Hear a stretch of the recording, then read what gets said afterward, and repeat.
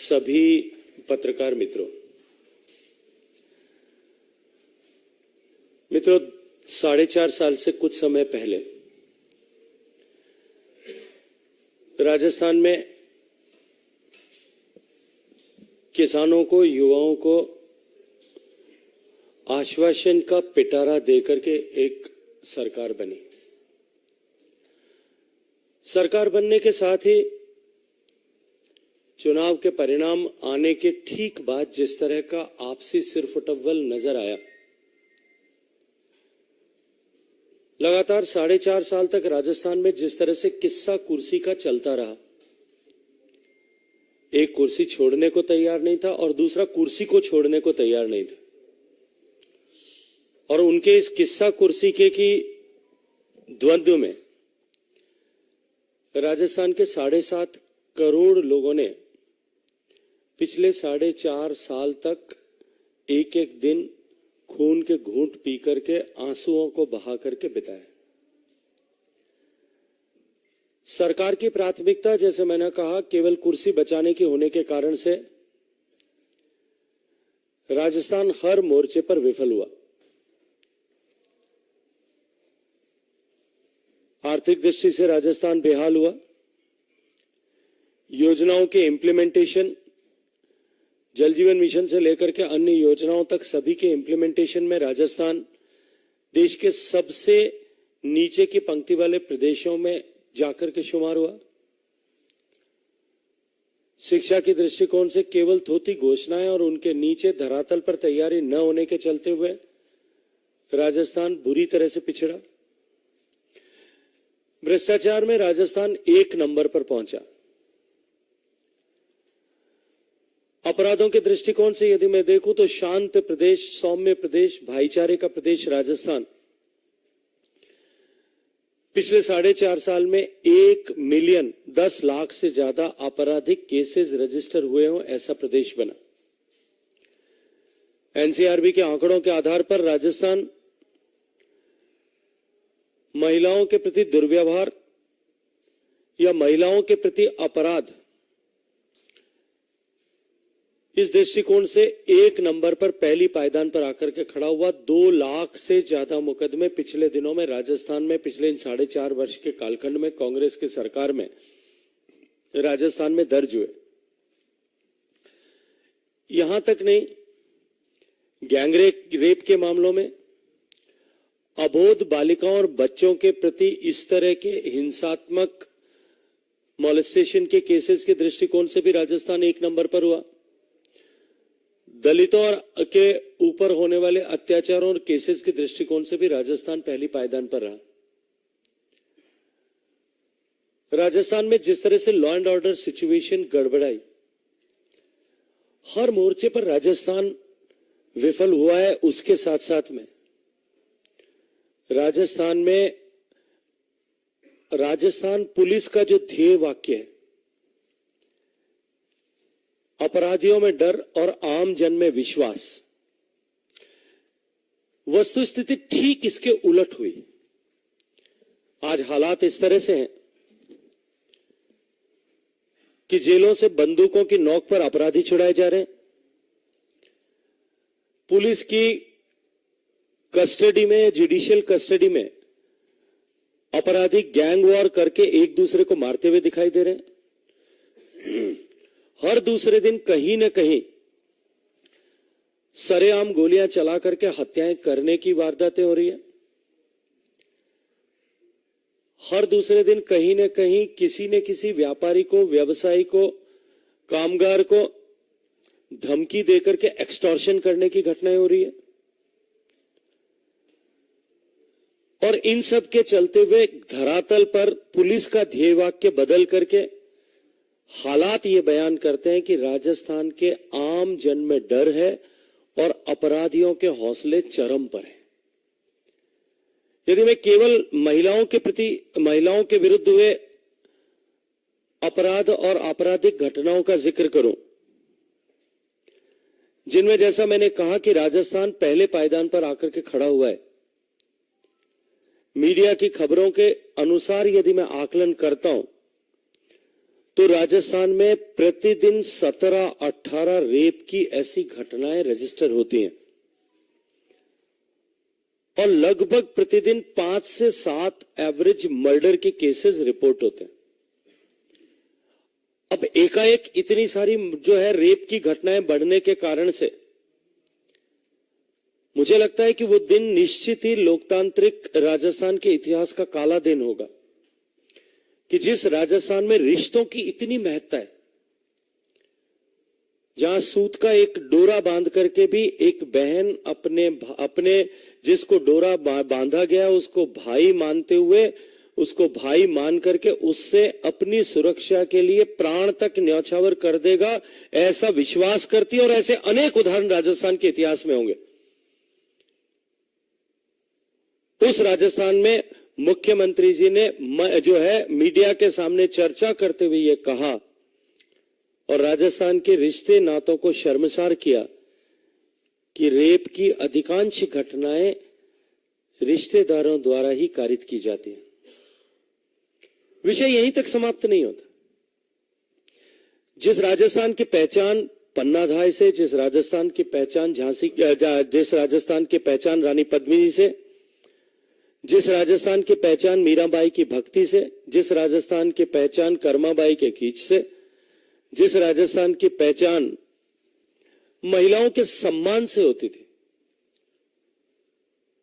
और जिस राजस्थान की पहचान ऐसे लोगों से होती थी, ऐसे रणबांकुरों से होती थी जिन्होंने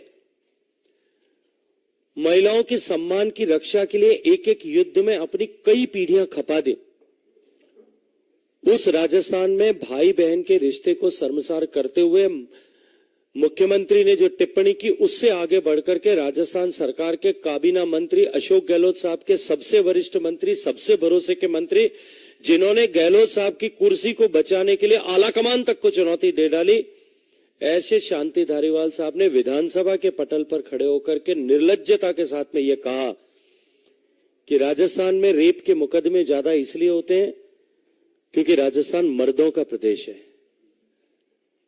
और दुर्भाग्य है कि जब वो निर्लज्जता के साथ में ये स्टेटमेंट दे रहे थे तब उस विधानसभा के मंदिर में बैठे हुए कांग्रेस पार्टी के सारे विधायक ठहाका लगा करके हंस रहे थे और टेबल पीट रहे थे।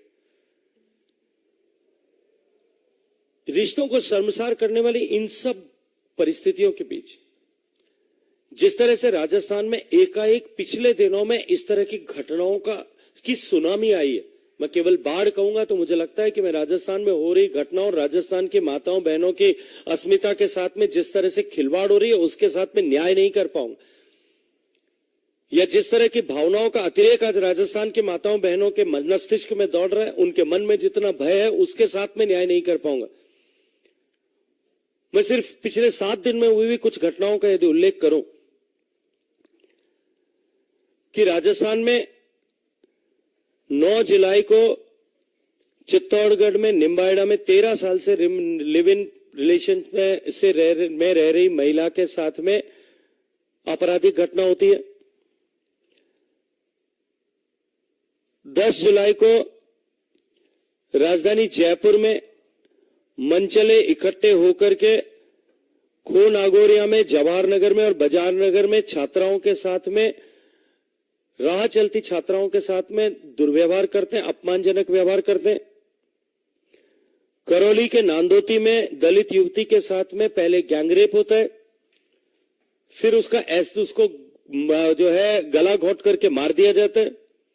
इतना ही नहीं, फिर उसके ऊपर मुंह पर एसिड डाल करके उसको जलाने का प्रयास किया जाता है और बाद में उसको कुएं में फेंक दिया जाता है। इस तरह की हृदय विदारक घटना के बाद 15 जुलाई को जोधपुर में, जो माननीय मुख्यमंत्री जी का गृह नगर भी है, वहां एक अबोध बालिका 7 साल की मासूम से स्कूल में पढ़ाने वाले स्कूल के कर्मचारी के द्वारा, जो इस विश्वविद्यालय में पढ़ती है उसके कर्मचारी के द्वारा सेक्सुअल असॉल्ट, ऐसी हिंसा, यौन हिंसा हुई हो, इसकी घटना उद्घाटित होती है और यह पता चलता है कि ये पहले भी कई बार हो चुकी है। वो अखबारों की सुर्खियों से हटती है। उसके साथ ही दूसरे दिन शिक्षा के मंदिर में जवाहरलाल जोधपुर जयनारायण व्यास विश्वविद्यालय में, जिस विश्वविद्यालय का मैं भी छात्र रहा हूं, जिस विश्वविद्यालय का मैं छात्र संघ का अध्यक्ष रहा हूं, हम सबको निश्चित रूप से शर्मसार करने वाली ऐसी घटना कि जहां एक नाबालिग लड़की के साथ में 3 लड़कों ने सुबह 4 से 4:30 बजे के बीच दरमियान में रेप किया। सुबह रात को 10 बजे उस बच्ची के साथ में एक होटल का संचालक या मैनेजर इस तरह का दुर्व्यवहार करने का प्रयास करता है, वहां से बच करके निकल करके बस स्टैंड पे आकर के बैठती है। अपराध सिर्फ इतना था कि वो अपने किसी साथी के साथ में घर से निकल करके जोधपुर आ गई थी और डर के मारे, क्योंकि पुलिस के पास चली जाऊंगी तो ये डर है, इस डर के मारे जो खौफ है, उस खौफ के चलते पुलिस के पास न जाकर के बस स्टैंड पर बैठती है। वहां से बुला करके बरगला करके ले जा करके 3 युवक उसके साथ में रेप करते हैं और पुलिस प्रशासन और सरकार के बैठे हुए सारे सरकार के मुखिया जी से लेकर के सब लोग जन सहयोग से उन अपराधियों को गिरफ्तार कर लिया गया है, इसके लिए अपनी पीठ ठोकते हुए नजर आते हैं। प्रश्न तो वहां यह उठना चाहिए था कि रात को 10 बजे से लेकर के सुबह 4 बजे तक वो लोग सड़क पर घूम रहे थे। कहां आपकी गश्त थी, कहां आपकी पुलिस थी, कहां आपका अभय कमांड सेंटर काम कर रहा था, कहां आपका इलेक्ट्रॉनिक सर्विलांस काम कर रहा था, या उसकी भी हालात ठीक वैसे ही थे जैसे माननीय मुख्यमंत्री जी की अन्य घोषणाओं के धरातल पर होते हैं। उससे आगे बढ़कर के जब इस विषय में आप दुर्भाग्यपूर्ण घटना को देखिए कि इतनी बड़ी घटना होने के बाद में जब जोधपुर जिले की एक कांग्रेस पार्टी की युवा विधायक को जब प्रश्न किया जाता है तो वो माननीय विधायक महोदया कहती हैं, उसका दर्द समझने की कोशिश कीजिए कि मैं तो सिक्योरिटी में रहती हूं, उसके बाद में भी अपने आप को सुरक्षित महसूस नहीं करती। और वो ये कहने को मजबूर होती है कि मुझ पर सिक्योरिटी में पूर्व सूचना होने के बावजूद भी हमला हुआ और मेरे हमले के ऊपर आज तक हमलावर गिरफ्तार नहीं किए जा सके। उसी के साथ 19 जुलाई को जोधपुर में जो हृदय विदारक घटना हुई, आप सब पत्रकार मित्रों ने उसको बहुत गंभीरता के साथ में लेते हुए अपने अपने प्लेटफॉर्म्स पर उसको स्थान दिया। 4 लोगों को, 2 महिलाओं को, एक पिता और एक छोटी सी आबोध बच्ची, उनको मार दिया जाता है गला काट करके और उसके बाद में उनके ऊपर जो है ज्वलनशील पदार्थ डाल करके आग लगा दी जाती है। सरकार मात्र इन सब के घटनाओं के बाद में हमने गिरफ्तार किया है या गिरफ्तार करने के लिए कार्रवाई कर रहे हैं, इन 2 के साथ में अपने आप को पीठ थपथपा करके और अपने आत्ममुग्धता के भाव में जीने के से बाहर नहीं आ रही है। एसएमएस अस्पताल के कॉटेज वार्ड में बुलाकर युवती के साथ में छेड़छाड़ की घटना होती है। जयपुर में चूरू जिले में 19 जुलाई को दलित किशोरी से बलात्कार कर 3 लोगों पे केस दर्ज होता है, पोक्सो का कानून में केस दर्ज होता है, कार्रवाई नहीं हो पाती है। 1 सप्ताह में इस तरह से प्रतिदिन जो है राजस्थान में इस तरह की बड़ी घटनाएं, ये मैंने कुछ घटनाओं का उल्लेख आपके सामने किया है। प्रतिवर्ष 45,000 से ज्यादा घटनाएं इस तरह की रजिस्टर हो रही हैं। राजस्थान में जिस तरह से महिलाओं में इसको लेकर के डर है, जिस तरह से राजस्थान की महिलाओं में भय का माहौल है, छोटी छोटी बच्चियां, स्कूल में जाने वाली बच्चियों से लेकर के कॉलेज में पढ़ने वाली युवतियों से लेकर के गृहिणियां तक, क्योंकि कोई भी जगह सुरक्षित नहीं। घर में रेप हो रहा है, विश्वविद्यालय और विद्यालय में इस तरह की घटनाएं हो रही है, मार्केट प्लेस और वर्क प्लेस पर इस तरह की घटनाएं हो रही है, बगीचे में इस तरह की घटनाएं हो रही है, पुलिस थाने में इस तरह की घटनाएं हो रही है, दुर्घटना होने पर एम्बुलेंस में जाते वक्त रास्ते में एम्बुलेंस में रेप हो रहा है, हॉस्पिटल में रेप हो रहा है। कोई भी स्थान जो है, किसी भी तरह का स्थान आज राजस्थान में महिलाओं के लिए सुरक्षित नहीं रह गया। और सरकार है कि अपने आप को सर्टिफिकेट देकर के और अपने आप को ही आत्म प्रशंसा, जो है मुग्धता के भाव में जीने को मजबूर है। राजस्थान में जिस तरह का भय का माहौल इन सब के कारण से बढ़ा है, और इन सब से आगे हट करके अगर मैं बात करूं तो राजस्थान में जिस तरह से तुष्टीकरण का माहौल है, ये निश्चित रूप से राजस्थान के हालात इन सब व्यवस्थाओं के चलते हुए बहुत खराब हैं। भारतीय जनता पार्टी ने सड़क से लेकर के सदन तक सरकार के खिलाफ इन सब विषयों पर आवाज उठाने की कोशिश की है, लेकिन सरकार शायद जानबूझ करके आंखें मूंद करके सोने का नाटक कर रही है। और अपनी कुर्सी को बचाने के लिए, कुर्सी को बनाए रखने के लिए सरकार के धन का दुरुपयोग करके अपनी राजनीति को चमकाने का प्रयास कर रही है। लेकिन मैं कहना चाहता हूं कि राजस्थान की जनता एक एक दिन गिन करके इंतजार कर रही है और समय आने पर निश्चित रूप से इसका माकूल जवाब देने वाली है। धन्यवाद। मेरा आग्रह होगा माननीय अरुण सिंह जी से कि आपको संबोधित करें। मित्र, राजस्थान में जिस प्रकार से कानून व्यवस्था ध्वस्त हो गई है, पूरे प्रदेश भर में जंगल राज है। सरकार और पुलिस प्रशासन सारे केस को दबाने में लगे हैं। कोई घटना घटती है, सबसे पहले पुलिस प्रशासन जाकर के कहता है कि समझौता कर लो, केस मत करो। हमने करौली में भी यही देखा, जब एक दलित युवती का अपहरण हुआ, अपहरण करने के बाद रेप हुआ, रेप करने के बाद उसको गोली से मारा गया, फिर भी देखे कि नहीं मरी तो उसके ऊपर तेजाब डाल करके कुएं में डाला गया। पुलिस का दबाव था। उस लड़की के मां गई जब पुलिस के पास तो कहा तुमको भी अंदर बंद कर देंगे, केस मत करो, समझौता कर लो।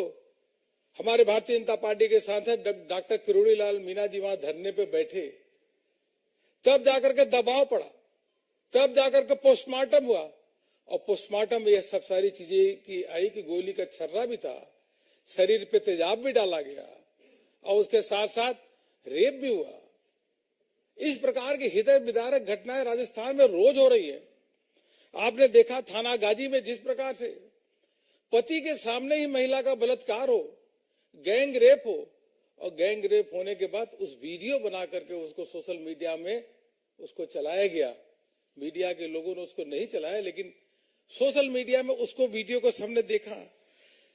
इससे बड़ी हृदय विदारक क्या होगी कि दौसा में लड़की जा रही थी, बालिका, उसका अपहरण किया, उसके पिता पीछे पीछे दौड़े तो पिता की पीट पीट के उसकी हत्या कर दी गई। जब खाजूवाला बीकानेर में, वहां पे जब महिला गई कि हमारे साथ गैंग रेप हुआ, मेरे को संरक्षक दो, तो पुलिस वाले ही उसका रेप कर दिए, रक्षक ही भक्षक बन गए। प्रतिदिन इस प्रकार की घटनाएं घट रही है। अभी आदरणीय गजेंद्र सिंह जी ने बताया जिस प्रकार से मुख्यमंत्री के घर के निवास के 5 किलोमीटर के अंदर दरिंदगी की गई हो, गैंग रेप किया हो, ऐसी घटनाएं दिन प्रतिदिन राजस्थान में हो रही है। लेकिन गहलोत जी हैं, वह सही और झूठा साबित करने में लगे हैं। वह यह नहीं कहना कि कानून अपना काम करेगा। मंत्री है, विधायक है, मजाक उड़ाते हैं। और राहुल गांधी, प्रियंका गांधी जी एक बार भी वहां जाकर के जो दलित महिलाओं के पे अत्याचार और गैंग रेप हो रहा है, एक बार भी जाने का काम नहीं किए। मैं पूछना चाहूंगा कि प्रियंका जी, राहुल जी, आप दौसा कब जाओगे? आप अलवर कब जाओगे? आप करौली कब जाओगे? इन्होंने कभी इन घटनाओं पे गए ही नहीं। सवाई माधोपुर में जाते हैं, वहां अपने आराम से जंगल तो घूमते हैं, लेकिन उसी के बगल में अलवर में, जब अलवर में वहां पे हरीश जाटव की पीट पीट के, दलित समाज का व्यक्ति है, उसको पीट पीट के हत्या की गई, तो वहां न प्रियंका जी गए न राहुल गांधी गए। राजस्थान में कई बार राहुल गांधी जी गए, लेकिन एक बार भी बता दें कि दलित महिलाओं पे जो गैंग रेप हुआ, उनकी हत्या हुई है, क्या एक बार भी वहां जाने का काम किए? अरे वह तो छोड़ो, आप उनका ट्वीट देख लो कि प्रियंका जी, राहुल गांधी जी ऐसी घटनाओं पे कितनी बार निंदा की है। ये निंदा तक नहीं करते, जाना तो बहुत दूर की बात है। ये दोहरा चरित्र नहीं चलेगा। राजस्थान की जनता उम्मीद करती है कि आप आओ, क्योंकि अशोक गहलोत जी पूरी तरीके से फेल हो गए हैं। कानून का राज है नहीं वहां पे। महिलाएं घर से निकलने में डरती हैं, सहमती हैं। पूरे देश भर में अगर नंबर 1 पे महिला अत्याचार है तो राजस्थान में है। दलित अत्याचार नंबर 1 पे है तो राजस्थान में है। लेकिन उसके बावजूद भी यह लोग, खड़गे जी जाओ, दलितों का बहुत, महिलाओं का वहां प्रतिदिन अत्याचार भी हो रहा है, रेप भी हो रहा है, मर्डर भी हो रहा है। और नया एक वहां पे एक तरीके से पद्धति अपनाई है कि पहले रेप करो, रेप करने के बाद मर्डर करो और कुएं में डाल दो। कई जगहों पे कुएं में लाशें पकड़ी जा रही है। लेकिन खड़गे जी, आपको तो जाके देखना चाहिए राजस्थान में। प्रियंका जी, आप जाके देखो राजस्थान में किस प्रकार से महिलाओं पे अत्याचार हो रहा है, दलितों पे अत्याचार हो रहा है। ये दोहरा चरित्र नहीं चलेगा। इसलिए मैं उनसे भी निवेदन करूंगा कि जाइए और वहां राजस्थान में जाकर के इन सब घटनाओं के बारे में थोड़ा देखिए, लोगों के साथ संवेदना व्यक्त करिए। लोगों की न्याय की उम्मीद है। राजस्थान सरकार पूरी तरीके से फेल हो गई है। एक साठगांठ हो गया। पुलिस प्रशासन और सरकार और अपराधी तीनों का गठजोड़ हो चुका है। जो अधिकारी हैं वह जो है मंत्री हैं और विधायक कांग्रेस के, उनके कहने पे निकम्मे अधिकारियों की पोस्टिंग होती है। अपराधी उनके संरक्षण पे अपराध करते हैं और उसके बाद केस को रफा दफा करने में लग जाते हैं। इस प्रकार का चरित्र, इस प्रकार का चेहरा, इस प्रकार का काम पूरे देश भर में नहीं देखेंगे जो राजस्थान में हो रहा है। जनता त्राहिमाम कर रही है। आज बहन बेटियां सुरक्षित वहां पे नहीं है। यही मुझे निवेदन करना था कि मीडिया के लोग यहाँ जो बैठे हैं, आप सब भी आइए। जितनी घटनाओं की डिटेल आपको चाहिए हम देंगे। जिस प्रकार से करौली में दलित महिला की जो कुएं से लाश निकाली गई, बॉडी निकाली गई, हम उम्मीद करते थे कि यहाँ नेशनल मीडिया पे भी उसको दिखाना चाहिए था। किस प्रकार से उसके साथ अत्याचार हुआ, किस प्रकार से दौसा में अत्याचार हुआ, किस प्रकार से थानागाजी में, किस प्रकार से कोटा में, किस प्रकार से जयपुर में, हर शहर में इस प्रकार से महिलाओं पर अत्याचार हो रहा है। इसलिए आप सबसे निवेदन है कि इन सब घटनाओं को आप सब भी देख ही रहे हैं और देखेंगे भी। और गहलोत सरकार जो पूरी तरीके से फेल हो चुकी है, हर दृष्टि पे कानून व्यवस्था ध्वस्त हो चुका है। अब जितने दिन भी यह सरकार रहती है उतना ही राजस्थान में एक तरीके से बोझ बढ़ रहा है। यही मुझे आपसे सबसे कहना था। बहुत बहुत धन्यवाद।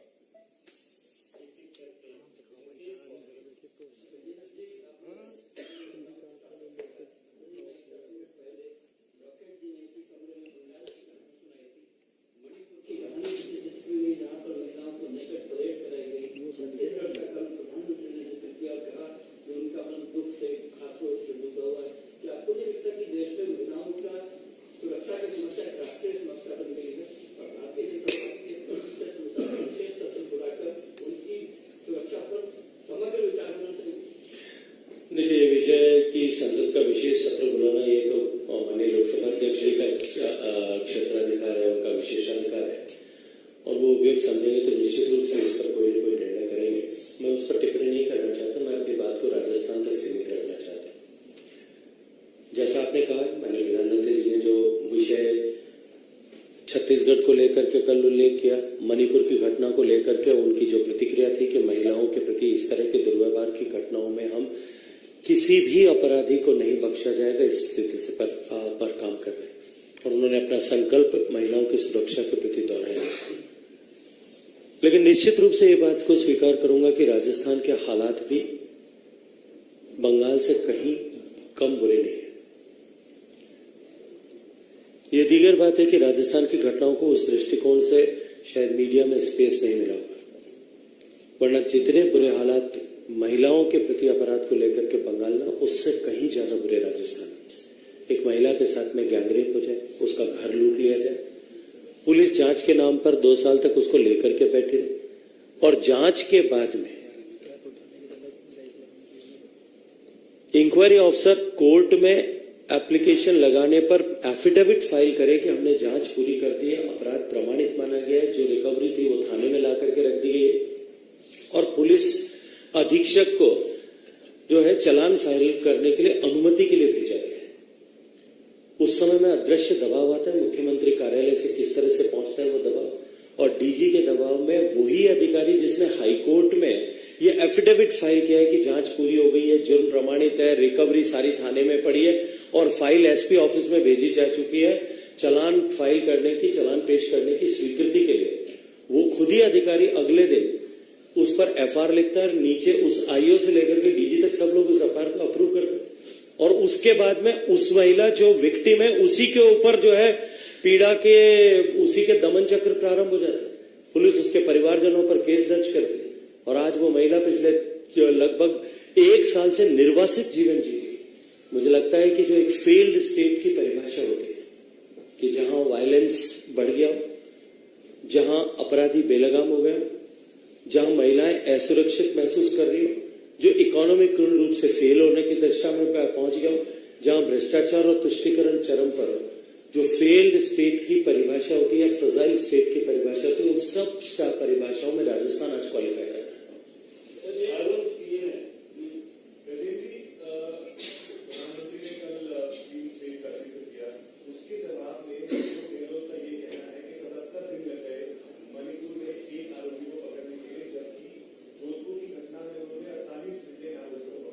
नहीं, जोधपुर की घटना में उन्होंने अगर 48 नहीं कहा होगा, 2 घंटे में पकड़ लिए।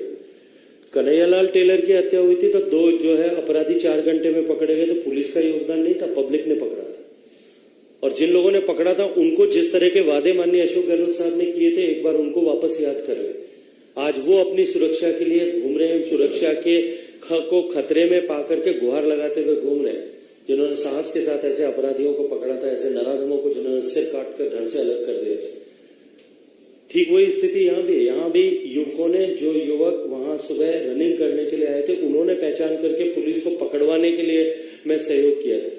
इसलिए मैंने कहा कि पकड़े जाने के, आपने अपराध के बाद अपराधियों को पकड़े जाने में जन सहयोग से सफलता प्राप्त कर ली, उससे आप अपनी पीठ थपथपा करके अपराधियों को अपराध करने से रोक नहीं पाए, इस विफलता से वो आप छुपा नहीं सकते। आपकी विफलता, आपकी जो है ये जिम्मेदारी थी कि आपके शहर में इस तरह की घटना न होती। 15 दिन पहले जिस शहर में एक विदेशी पर्यटक महिला के साथ में इस तरह की घटना का प्रयास किया जाता है, 15 दिन बाद में उस समय में बड़ी बड़ी बातें की जाती है, और 15 दिन में 3 घटनाएं ऐसी और होने के बाद में चौथी घटना फिर हो जाए, और उसके बाद में मुख्यमंत्री अपनी पीठ थपथपाता हुआ नजर आए, पुलिस अपनी पीठ थपथपाती हुई नजर आए कि हमने 2 घंटे में पकड़ लिया है।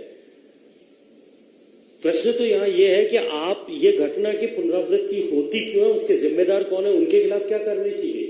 आपका अभय कमांड सेंटर, जिसके लिए कहा जाता है कि हर चप्पे चप्पे पर, परिंदे के हर पर पे हमारी नजर है, वो नजर कहां गई। आपकी गश्त क्या कर रही थी, आपकी नाइट बीट क्या कर रही थी। बस स्टैंड पर रात को 4 घंटे तक इस तरह के जो है संदिग्ध अवस्था में लोग बैठे थे, उसके बाद में उसके ऊपर किसी तरह की नजर क्यों नहीं पड़ी, इस पर किसी ने कार्रवाई क्यों नहीं की। जहां रेप की घटना हुई है उससे महज 100 मीटर दूरी पर पुलिस की चौकी थी, वहां पर पुलिस की चौकी को इस बात का एहसास क्यों नहीं हुआ। विषय ये नहीं है कि उन्होंने कितने घंटे में पकड़ा, विषय ये है कि घटना एक के बाद एक के बाद एक के बाद के एक के बाद ये घटनाएं क्यों होती है, और क्यों राजस्थान जैसा प्रदेश इस तरह की बदनामी को झेलने के लिए मजबूर होता है। और कारण, जैसा मैंने आपको कहा कि सहजता के साथ में मुख्यमंत्री ये कह देते हैं कि ये रिश्तेदारों ने किया, या जो है उनके सबसे बड़े सेनापति जो है वो विधानसभा के पटल पर कह देते हैं कि राजस्थान मर्दों का प्रदेश है। मुख्यमंत्री को इस पर अपना जवाब देना चाहिए।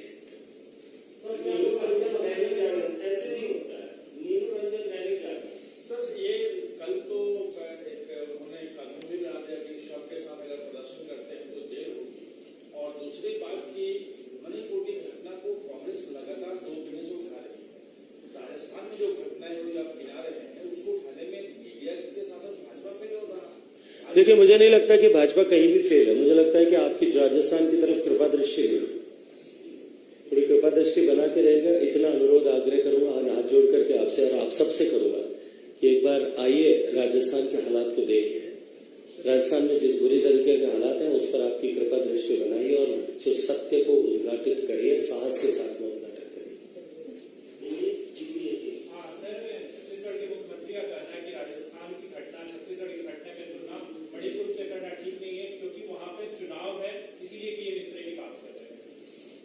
महिलाओं के साथ में हुए दुर्व्यवहार की घटनाओं को, अपमान की घटनाओं को, बलात्कार की घटनाओं को, गैंगरेप की घटनाओं को भी अगर वो चुनाव की दृष्टि से देखते हैं तो मुझे लगता है कि उनको शर्म से जो है कि शर्म के साथ में चुल्लू और पानी में डूबने का विकल्प ढूंढना चाहिए।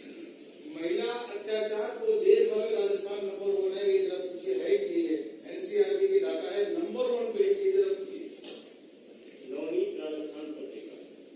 राजस्थान में जो लगातार महिला अपराध की घटनाएं हो रही है, भाजपा जमीन पर क्या करने जा रही है आने वाली। देखिए, भारतीय जनता पार्टी ने राजस्थान के जमीनी हालात को समझते हुए राजस्थान की इस सरकार के फेलियर्स के विरुद्ध एक व्यापक जन आंदोलन पिछले दिनों में खड़ा किया था। आप सबकी जानकारी में होगा कि राजस्थान में पूरे प्रदेश के 200 विधानसभाओं में हमने रथ यात्रा निकाल करके इस तरह के जन आक्रोश को संकेत किया था। अभी वर्तमान में राजस्थान में जो नहीं सहेगा राजस्थान, इस हैशटैग के साथ में, इस शीर्षक के साथ में पूरे प्रदेश भर में हमने व्यापक आंदोलन खड़ा करने की दिशा में काम किया। अभी राजस्थान में इस तरह की घटनाओं की प्रतिक्रिया में भारतीय जनता पार्टी के कार्यकर्ताओं ने सदन से लेकर के सड़क तक सब जगह तक सरकार को घेरा। लेकिन जैसा मैंने अपनी बातचीत में भी कहा था, अपने आरंभिक व्यक्तित्व में भी कहा था कि सरकार आंख मूंद करके जबरदस्ती सो रही है। भाई किसी को नींद आ रही हो, वो झकझोरने से उठ सकता है, आवाज देने से उठ सकता है, पानी डालने से उठ सकता है। जो जानबूझ करके कान में शीशा डाल करके सोने का ढोंग कर रहा है, उसको जो है वो उठाने के लिए, उसको जगाने के लिए थोड़ा हाई वोल्टेज करंट की जरूरत है। इसीलिए आप सबसे अनुरोध कर रहा हूं कि आप उस करंट को पैदा करने में सहयोग करें।